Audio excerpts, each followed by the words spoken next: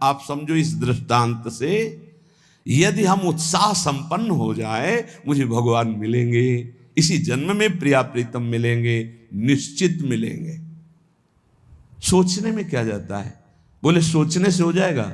इस सिद्ध पुरुष लाल स्वामी हमें गंगा किनारे एक मिले थे, जिनकी खेचरी मुद्रा सिद्ध थी।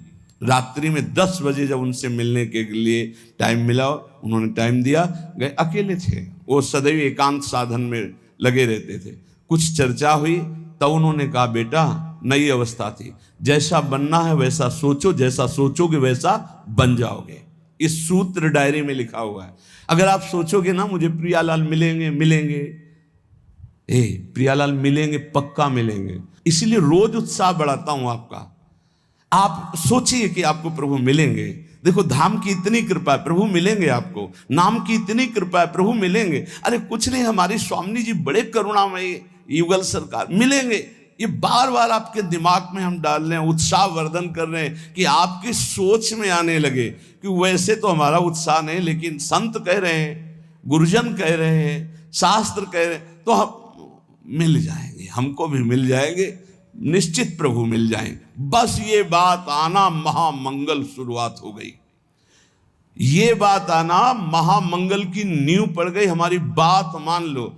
अरे बोले कल सोचने से प्रभु मिल जाए, पक्का केवल सोचने से मिल जाएंगे। पुत्र के बहाने नारायण तो परम पद मिल गया, आप धोखे में मत रहिए। प्रिया प्रीतम का नाम, प्रिया प्रीतम का धाम, प्रिया प्रीतम का रूप, प्रिया प्रीतम की लीला, ये निश्चित भगवत प्राप्ति कराती है। श्रीपाद प्रबोधानंद जी महाराज कह रहे, बहुत ध्यान से सुनना तो तुम्हें और पुष्टता हो जाएगी हमारी बात जो अभी कही। कह रहे कि राधा कृष्ण विचित्र मनमथ कला नंदा चमत कुर्वते, यस्मिन् सौख्य चमत्कृति परतरा यत्र दीक्षादितः, तद्वंदे मम कारतोद्भुत तमाद यस्याद्भुतानुक्षणोल्लासाः, श्रीवन राजसीम सुमहाभावम तमेव स्तुमः। ये वृंदावन धाम श्री श्यामा श्याम की प्रेम युद्ध भूमि है।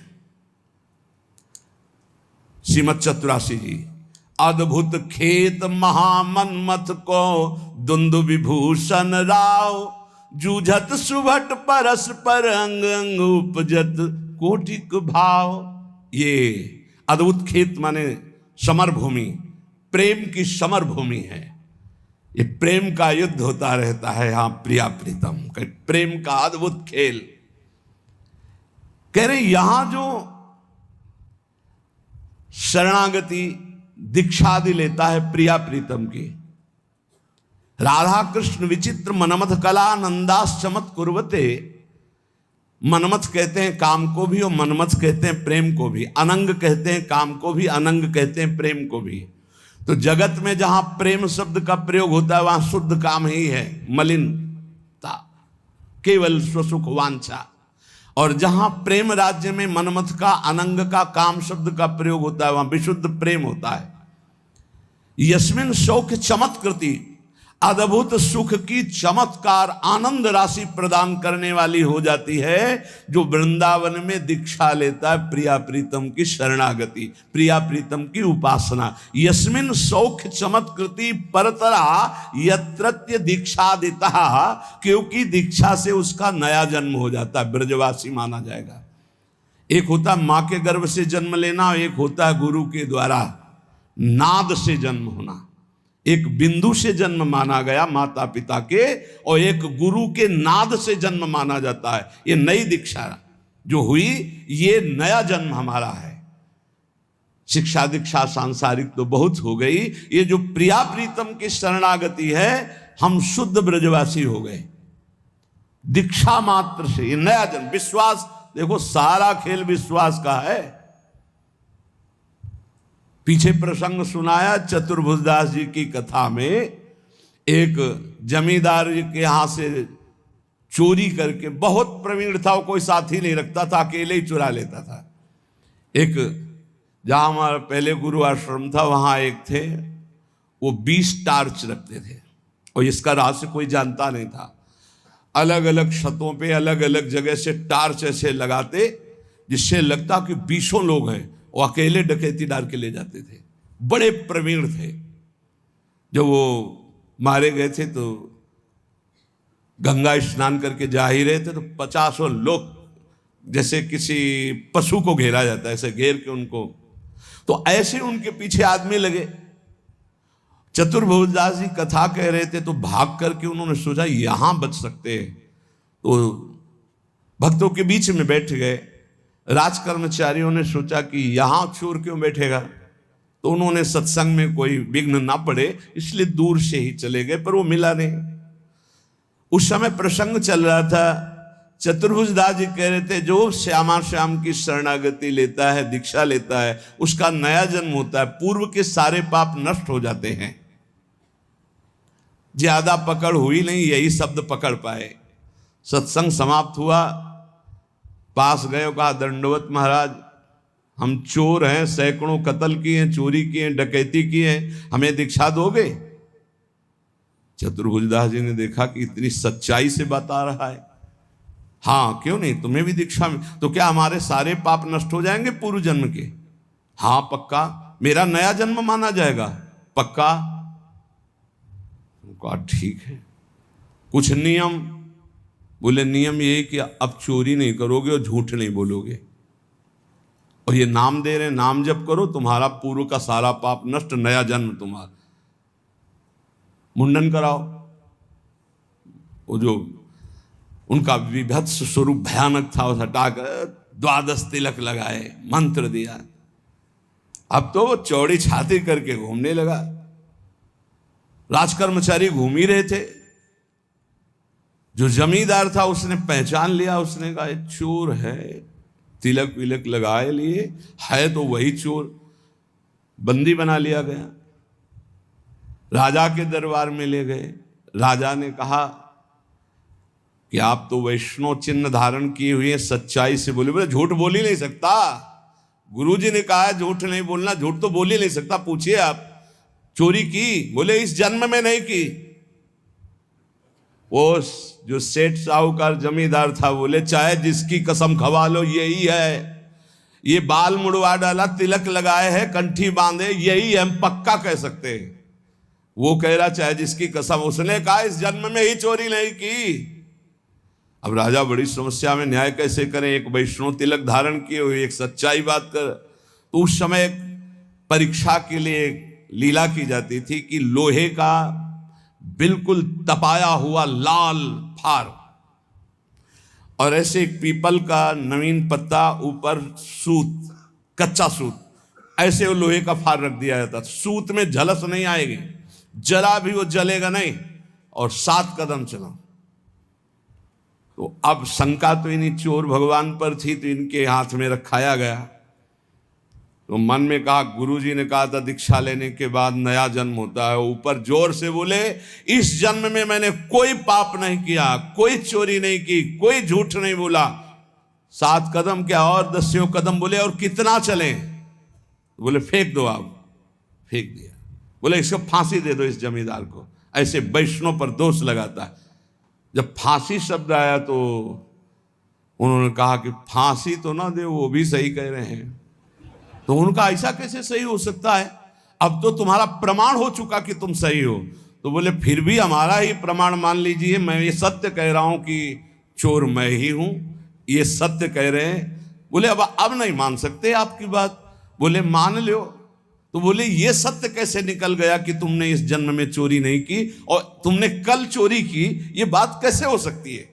तो उनका ये बात सुनोगे तब हम आपको, हाँ बता। हमारे पीछे राज सैनिक लगे थे, जाके सभा में बैठे, वहां गुरुजी ने हमको ये सुनाया जब, तो हमने दीक्षा ली। तो इस जन्म में तो हमने चोरी नहीं की थी, सत्य हो गया, लेकिन कल चोरी की थी, क्योंकि ये भी सत्य है, नहीं तो उसको फांसी की सजा हो जाएगी।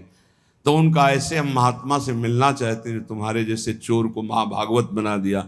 राजा उनका शिष्य बना, पूरे नगर में भक्ति का प्रचार प्रसार हो।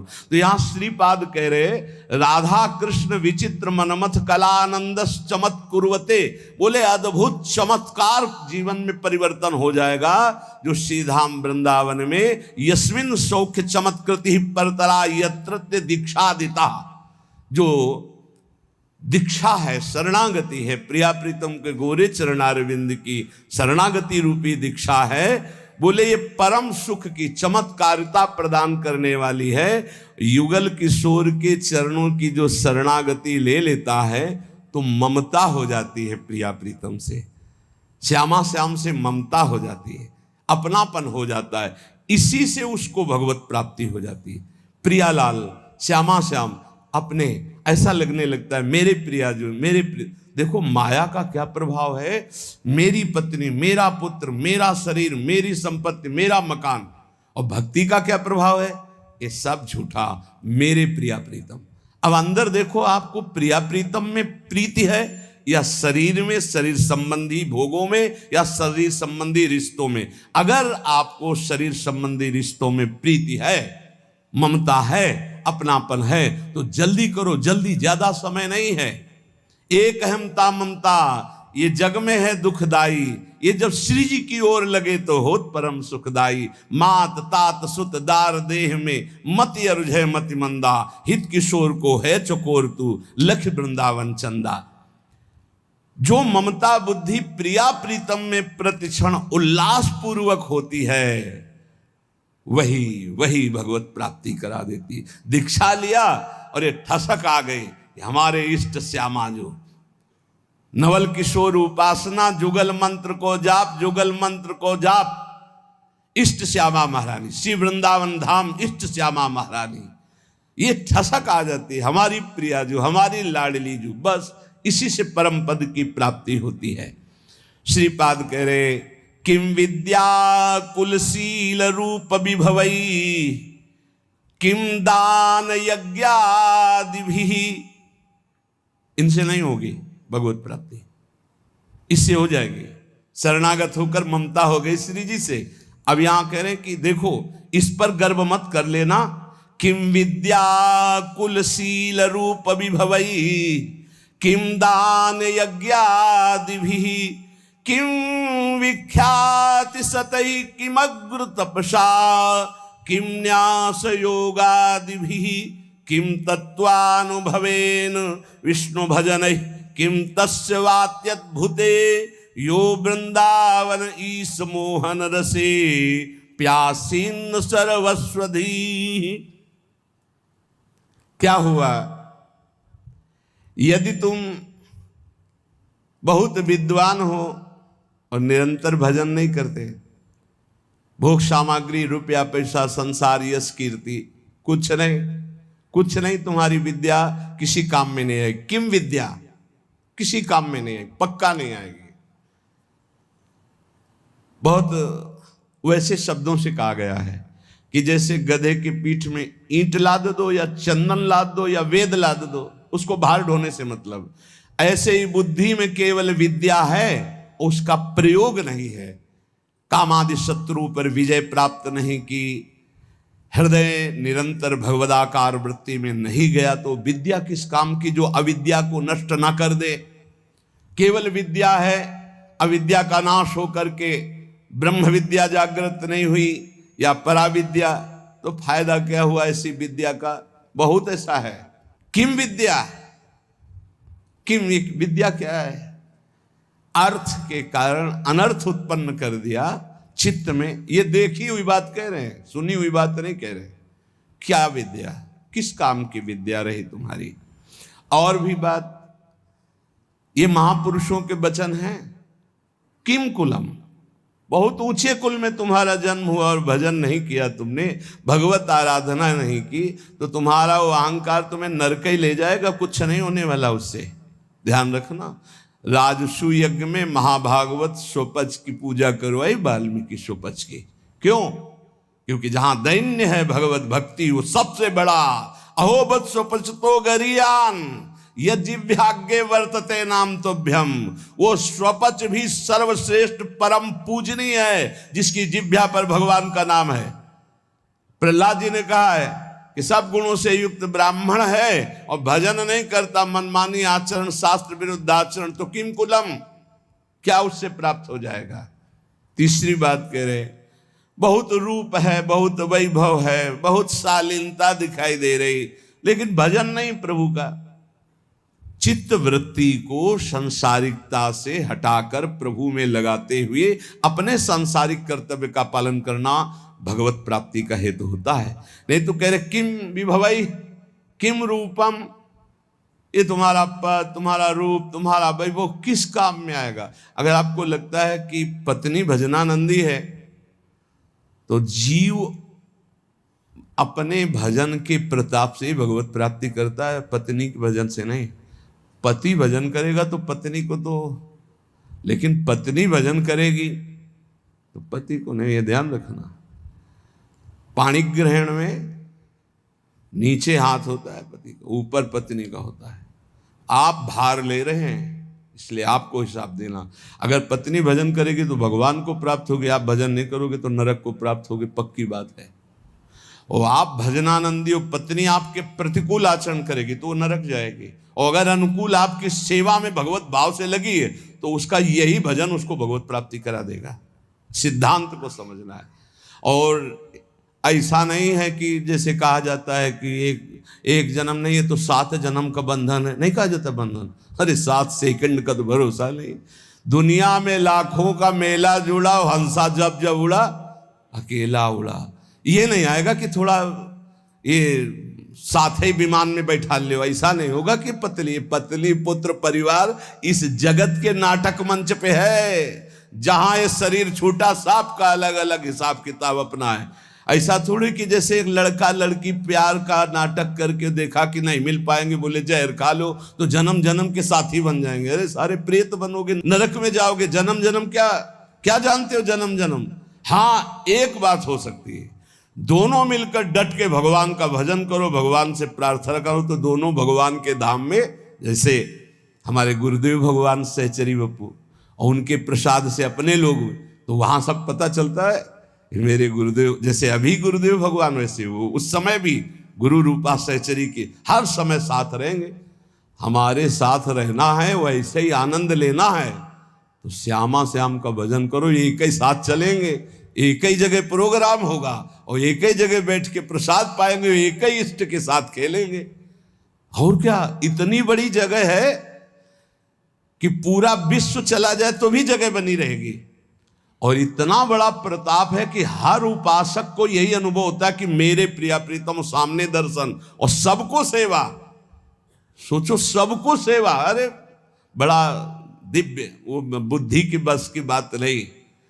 श्यामा श्याम का भजन करोगे तो जिसके साथ रहना चाहोगे वो भी पहुंच जाएगा, वो साथ ही भजन करो दोनों। अगर पति पत्नी दोनों श्यामा श्याम का भजन करें तो दोनों सहचरी बप्पू से श्री जी की सेवा में पहुंच जाएंगे। पर ये बोध थोड़ी रहेगा कि ये पति पत्नी, गुरु शिष्य का तो बोध रहेगा, क्योंकि सच्चिदानंद में कि मेरी गुरु रूपा सहचरी है, ये बोध रहेगा, पहचान रहेगी। लेकिन वहां पति पत्नी सांसारिक संबंध नहीं रहेगा, पर रह सकते हैं दोनों वहीं श्री जी की सेवा में सखी स्वरूप से, या भगवत धाम में हरि पार्षद रूप से। तो कह रहे रूप विभव पद प्रतिष्ठा ये तुम्हें भगवत प्राप्ति नहीं कराएगी, नहीं। यही सर हो, भजन नहीं करोगे तो वहां थोड़ी सर माने जाओगे। नहीं, जब मुजरिम बना करके तुम्हें ले जाया जाएगा तो वहां साहब वाली थोड़ी मिलेगी। देवराजेंद्र के पद में है, त्रिभुवन के सर हैं, और फिसल गए तो सर्प बनाए गए। अब सर्प बन के वहां देवता थोड़ी उनको सर बोल रहे, नहीं नहीं, वो तो भूखे प्यासे तड़प रहे। कभी कोई फंस गया तो लील गए तो पेट का पोषण हुआ। महाराज नहुष इसलिए कह रहे कि रूप अभी भवई, बड़े रूपवान, बड़ा वैभव, बड़ा, तो किस काम में आएगा। किसी बात का गर्व मत करो। जवान हो, रूपवान हो, बलवान हो, ये 4 दिन की चांदनी, फिर ऐसा समय आएगा कि अकेले उठकर सीढ़ी भी नहीं चढ़ पाओगे। जब हम हर चीज का मनन, बहुत मनन का स्वभाव रहा है इसलिए ये जो महापुरुष कह रहे हैं उसे समझो। किम दानम, क्या तुम्हारे पास दान देने की सामर्थ्य? हर समय वासना का भूत चढ़ा रहता है, तू दानी, दानी तो हरि है, सबसे बड़े दाता, अनंत ब्रह्मांडों को दे रहे हैं, तुम उनको क्या दे दोगे? भगवान को क्या दे दोगे? बहुत विचित्र।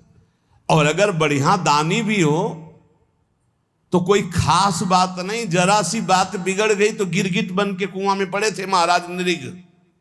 ये दानियों में बड़े बड़े याज्ञिक को, बड़े बड़े तपस्वी जिस पद की पूजा करते हैं वो देवराज इंद्र का पद है। वहां दुर्दशा क्या होती तुम्हें क्या पता। जब वैसे तो बहुत महिमा है, लेकिन जब देखो ना शास्त्रीय दृष्टि से तब पता चलेगा।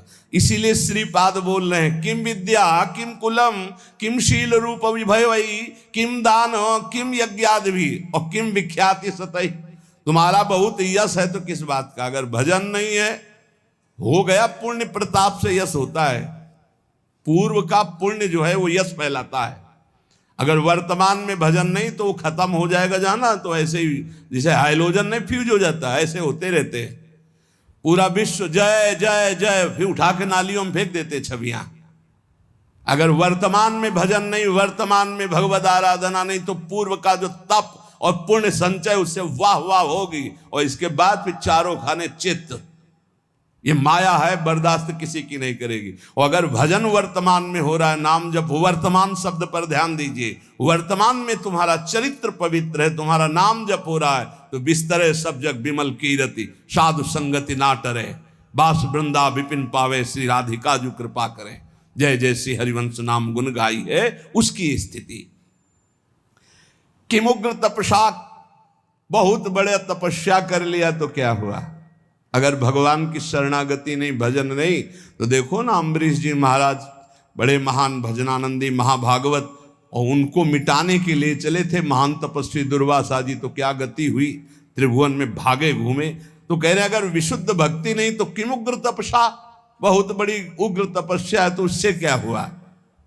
प्रभु अनंत काल हो गया जब से सृष्टि हुई, आपके अनुकूल कभी नहीं चले आज तक, इसी से दुर्गति हमारी रुकी नहीं।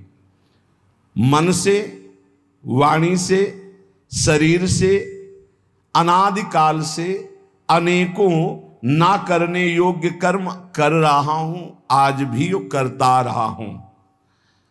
करने योग्य कर्मों को कभी नहीं किया, अगर किया होता तो मुक्त हो गया होता। प्रभु आपका और आपके भक्तों का अपराध ही किया है। ये तो भगवान की कृपा से दृष्टि बदलती है, नहीं तो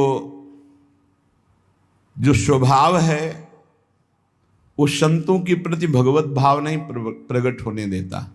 रंक कर संतन जानत अभिमानी गर्विष्ठ लोभ मद मत अगाधा दुष्ट परिहरो दूरी भजत भज श्री हरि राधा। अनर अनलभर संग जन विमुख तजो सब कोय, विमुख तजो सब कोय झूठ बोलत सच मानत, दोष करत निरसंक रंक कर संतन जानत, अभिमानी गर्विष्ठ लोभ मद मत अगाधा दुष्ट परिहरो दूरी भजत भज श्री हरि राधा। ऐसे लोगों की बहुतायत है जो झूठ बोलते हैं और अपने को बड़ा सुखी मानते हैं कि झूठ बोलकर हमने बहुत कुछ कमा लिया। ऐसे लोग जो अपने को बढ़िया कपड़ा लत्ता पहन करके बड़े आदमी समझते हैं और संतों को भिखारी मानते हैं। ये अनर्भल दूसरों का अहित करते रहते हैं, अमंगल करते रहते हैं। जो अभिमानी हैं, जो गर्विष्ठ हैं, लोभ और मद से डूबे हुए हैं, ऐसे दुष्टों का कभी संग नहीं करना चाहिए। जो संतों को भिखारी समझते हैं, रंक कर संतन जानत। ये तो बड़ी कृपा श्री भगवान के, जिनकी दृष्टि में संतों में पूज्य भाव हो, नहीं तो लोकवत भाव होता है, पूज्य भाव नहीं होता। अनुकूलता में तो मान सकते हैं कि भगवान के भक्त हैं या गुरु है या भगवान है। जरा सा उनके प्रतिकूल हुआ तो कभी नहीं मान सकते हो कि संत हैं या भगवान है, नहीं मान सकते। ये खूब अनुभव की बात कह रहा हूं, बड़े बड़े सिद्धों के साथ बर्ताव जो हुआ उसको देख के कह रहा हूं। तो हे भगवान, आपके भक्तों का अपराध किया, आपका अपराध किया। नाथ अक्षम्य है भक्त अपराध। अनाचार रूप नाना प्रकार के अपराध करने वाले मुझ अपराधी को आपने मानो दे दिया। ये हमारे किसी कर्म से नहीं मिला, ये भगवान की कृपा से मिला।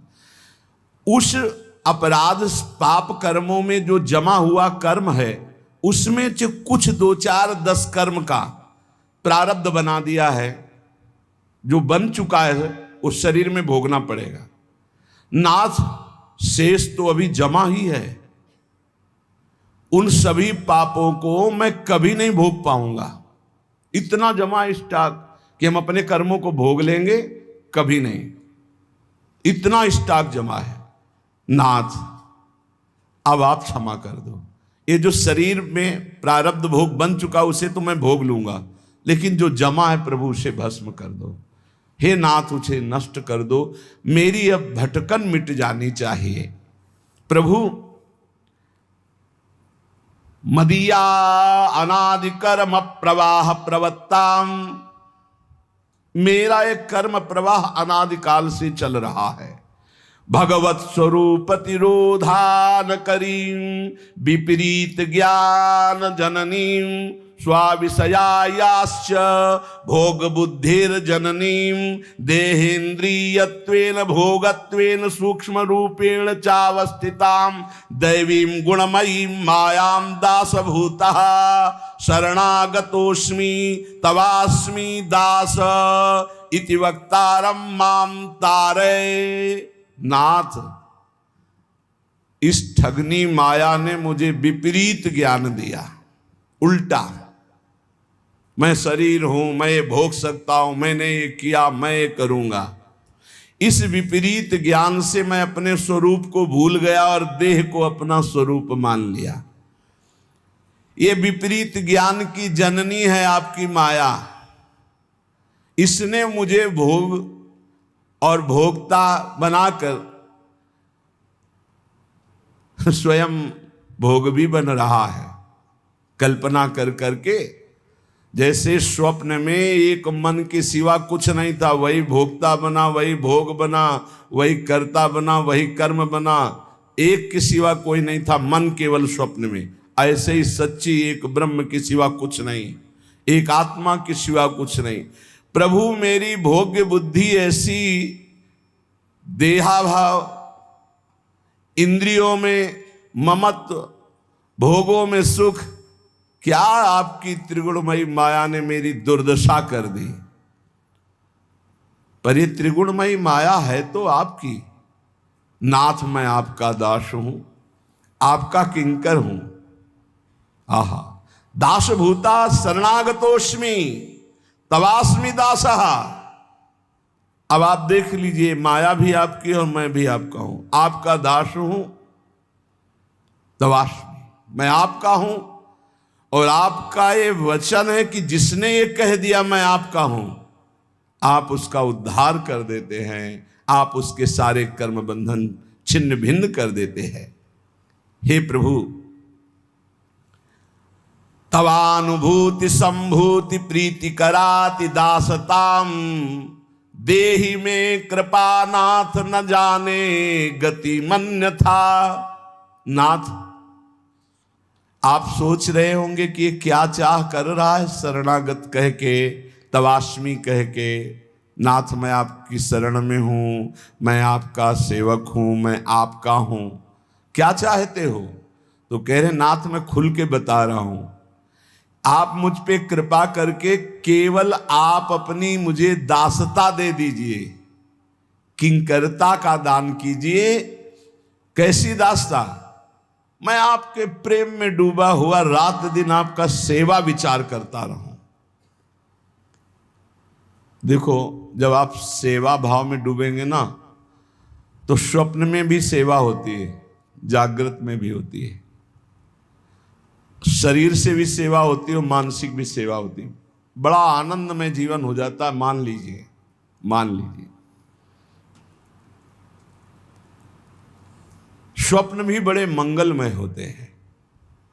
कोई क्षण ऐसा नहीं जिस क्षण कहीं भी किंचन मात्र क्लेश हो। आप सच्ची माना ना, केवल अंदर चित्त में प्रभु का स्फुरण हो जाए।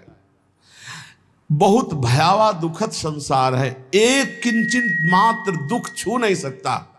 सच्ची माने आप, मतलब यही सुनने के लिए भगवान ने आप सबको एकत्रित किया है कि एक ऐसा आशीर्वाद है, एक ऐसा स्थान है, एक ऐसी कृपा की स्थिति है जहां दुख का लेस नहीं है।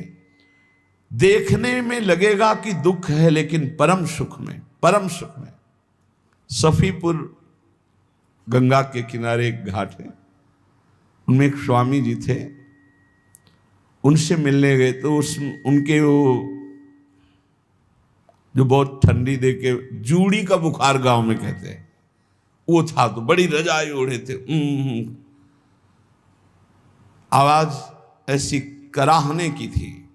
गंगा किनारे कहाँ दवा कहाँ भोजन। तो लगा कि शरीर में स्थिति अगर ना होती तो ऐसा कैसे होता कि आवाज आ रही। शरीर में स्थिति तो ब्रह्मबोध संपन्न सिद्ध महापुरुष कैसे कहे जाते हैं। बच्चा ही थे, एक दो और वयोवृद्ध साथ थे। गए, स्वामी जी ओम नमो नारायण, ऐसे जैसे बुखार में होता। वयोवृद्ध थे, एकदम उठ के बैठ गए। नारायण नारायण बच्चा कैसे हो, ऐसा लगा। 1 घंटा तक वार्ता होती रही। इतने सुंदर सुंदर एकादश स्कंद के भागवत के श्लोकों का उपदेश करते रहे। अच्छा बच्चा तुम जाओ, फिर अजय ले। अरे उनका बड़ी गलती हुई, महापुरुषों के प्रति ऐसा भाव नहीं सोच। अरे तो देव भाव में है ही नहीं। जैसी स्थिति सुनी थी वैसी स्थिति देखने को पाई। ये बाहर जैसे किसी यंत्र में वायु भरो तो आवाज आएगी ना, ऐसे शरीर दुखी तो आवाज आएगी। बकाया वो नहीं है, उसमें दुख में नहीं, पक्का। वो तो जब निज अनुभव तब समझ में आता है, नहीं तो संतों को कोई जान ही नहीं सकता। तो कह रहे नाथ मुझे अपनी दासता प्रदान कीजिए। कितना सुख है, जागृत से ज्यादा स्वप्न में सुख है। इतनी गाढ़ अवस्था तो जागृत में नहीं होती। सच्ची मानिए, बस इंतजार करो अपनी शरणागति का। जिस दिन शरणागति हो जाएगी उस दिन लाइव चलने लगेगा। लाइव बैठे बैठे नौनिवृत्त निकुंज का लाइव प्रतिपल क्या हो रहा है निहाल हो जाओगे, मान लीजिए। बस केवल जरूरत इसी बात की है जो रामचरितमानस में कह रहे हैं। इसमें श्री जगत गुरु रामानुजाचार्य जी कह रहे, पितरम मातरम दारान पुत्रान बंधून सखीन गुरून रत्नानि धन धान्यानि क्षेत्राणि च ग्रहाणि च सर्वधर्माश्च संत्यज्य। सब कुछ छोड़कर केवल एक मात्र प्रभु का, वही जननी जनक बंधु सुत दारा तन धन धाम सुहृद परिवारा। सबकी ममता ताग बटोरी मम पद मनई बांध बर डोरी। बहुत बढ़िया दांव लगा है, पूरा दांव मार दो। जैसे दांव में लगाते हैं ना, ऐसे एक दांव लगा दो पूरे का। प्रभु सबकी ममता ताग बटोरी। अब कुछ नहीं, आप नरक मिले स्वर्ग मिले, बाप के सिवा कोई नहीं। तो नागरीदासी जन्म जितायो बलिहारी बलिहारी, जीत जाओगे। जगह जगह हमने पाया है ये सूत्र। मात तात सुत दार देह में मति अरुझय मति मंदा। पुत्र आसक्ति, पत्नी की आसक्ति, धन की आसक्ति, एक एक आसक्ति को भगवत प्राप्ति से निकालकर नरक में ले जाते देखा गया। एक एक आसक्ति को। और जरा सी आसक्ति प्रभु के चरणों में हो जाए तो नरक से निकालकर परम पद में, पुत्र के बहाने नारायण बुलाया तो भगवान मिल गए। ये अगर समझ में आ रहा हो आपके, एक जन्म में अब जितना समय बचा है, एक दांव लगा दो, एक जुआ खेल जाओ। सबकी ममता ताग बटोरी एक कोने में रख दो। सुत बनितादि जान स्वार्थ रत ना करो नेह सभीते। ये अंत ही तो ही तजेंगे पामर तू न तजय बहीते। छूट तो जाएगा ही, दांव खेल लो। ये दांव जीतोगे, पक्का जीतोगे, क्योंकि आराध्य देव गुरुदेव आपके पक्ष में है। दांव खेले, ये बहुत मलिन बुद्धि है। ये बात मान ही नहीं सकती, मान ही नहीं सकती। मेरा सर्वस्व हे हरि आप, बस एक बार हृदय में आ जाए यही अभी, या तो तुम्हें ब्रह्मबोध हो तो मुक्त हो जाओगे, सो तो ज्ञान के पंथ कृपान के धारा, परत खगेश लगे नहीं बारा, फिर या तो शरणागत हो जाओ। ये मजरेढ़ो बहुत है, मजरेढ़ो माने बीच के, ना ये ज्ञानी है ना अज्ञानी है, शरणागत ना ही है ना तो ब्रह्मबोध है, ये बीच के पूरा समाज का समाज ये बीच में फंसा हुआ है। एक पक्ष में हो जाओ, या तो अज्ञानी असमर्थ होकर प्रभु की शरण में हो जाओ, या तो ज्ञानी होकर स्वयं ब्रह्म बन जाओ। देख लो, कुछ करो, नहीं करोगे तो फिर वो कर्म करोगे जिससे तुम्हारी दुर्गति होगी। तो नाथ, ये जो मैं प्रार्थना कर रहा हूं ये कुछ और मांगने के लिए नहीं, आपकी दासता, आपकी किंकरता। अभी भजन का सुख नहीं देखा आपने, ऐसा सुख उदाहरण में है ही नहीं जो हम आपको दे सकें। ऐसी लगन लगती है भजन में, जब बार बार मंत्र की कृपा उदय होती है, नाम की कृपा उदय होती है, तो ऐसा लगता है कि कोई ऐसी स्थली हो जहां शांत बैठ जाए, न भूख न प्यास न देखना न सुनना, बस यही चलता रहे, यही चलता, ऐसा अद्भुत आनंद। आप सोचो, आपके मनोनुकूल कोई पिक्चर हो, आपका मनपसंद अभिनेता हो अभिनेत्री हो, और आप उसको देख रहे हो तो देखो 3 घंटे आपका मन कहीं नहीं जाएगा, और वो झूठा खेल, वो नासवान अभिनय करने वाले, और कहीं चिदानंद प्रभु आपके मानस पटल पर झलक रहे हो, चिदानंद वृंदावन की शोभा हो, और चिदानंद अभिनय करने वाले प्रिया प्रीतम, चिदानंदमयी लीला, फिर बोलो कैसा सुख होगा। तभी हाय हाय मच जाता है, रुदन शुरू हो जाता है, चिल्लाता है बस मुझे यही सुख चाहिए, और अनंत जन्मों से इसी सुख की खोज कर रहे हैं, पर गलत दिशा में, भोगों में। नाथ मुझे आपकी दासता चाहिए, प्रभु आपका लावण्य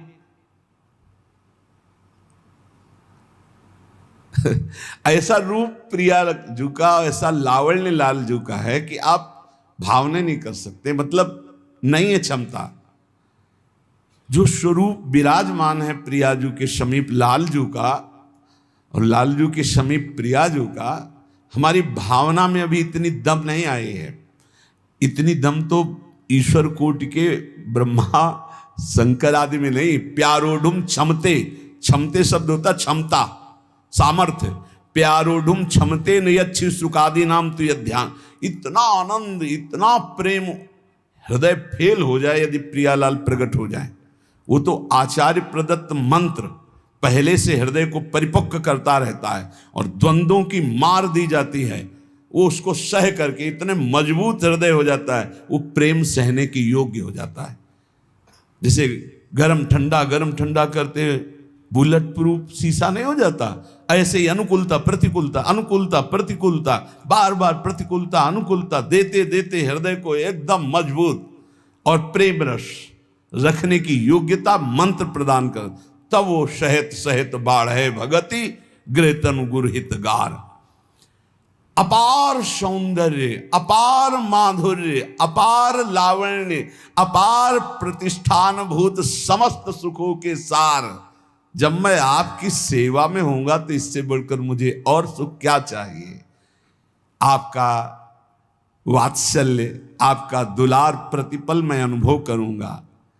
ऐसा अनुभव तैल धारावत अविच्छिन्न स्मरण करने वाले को प्राप्त होता है। तो जब हम जिनके दास हैं, जो हमारे स्वामी हैं, जो हमारे आराध्य देव हैं, जो हमारी चाहत का विषय है, तो मैं अनन्य चिंतन करूंगा। आपकी दासता और अवच्छिन्न अखंड तैल धारावत आपका स्मरण। नापो आप, ये थर्मामीटर है।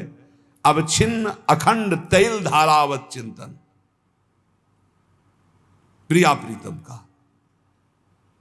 ये महासुख, मान लीजिए महासुख है। प्रभु से भी कोई चाह नहीं रह जाएगी पक्की। आपका चिंतन तो चले, चिंतन। कल राधा बाबा की कृपा से, राधा बाबा की थोड़ी देर की स्थिति, थोड़ी देर की तन्मयता। ऐसे ही पहले प्रश्न उत्पन्न करते हैं पूज्य भाई जी महाराज, क्या बाबा की स्थिति? देखो, अचानक वो थोड़ी देर के लिए तन्मयता, बाबा की स्थिति बहुत ऊंची स्थिति, राधा बाबा की बहुत ऊंची। तो ब्रह्मबोध संपन्न भी महापुरुष के द्वारा वो अज्ञेय स्थिति है जो राधा बाबा की है, उनके द्वारा भी अज्ञेय है, उनके ज्ञान में भी ना आने वाली वो स्थिति, कुछ क्षण के लिए बहुत ऊंची स्थिति। जब तक हम लौकिक भोगों में,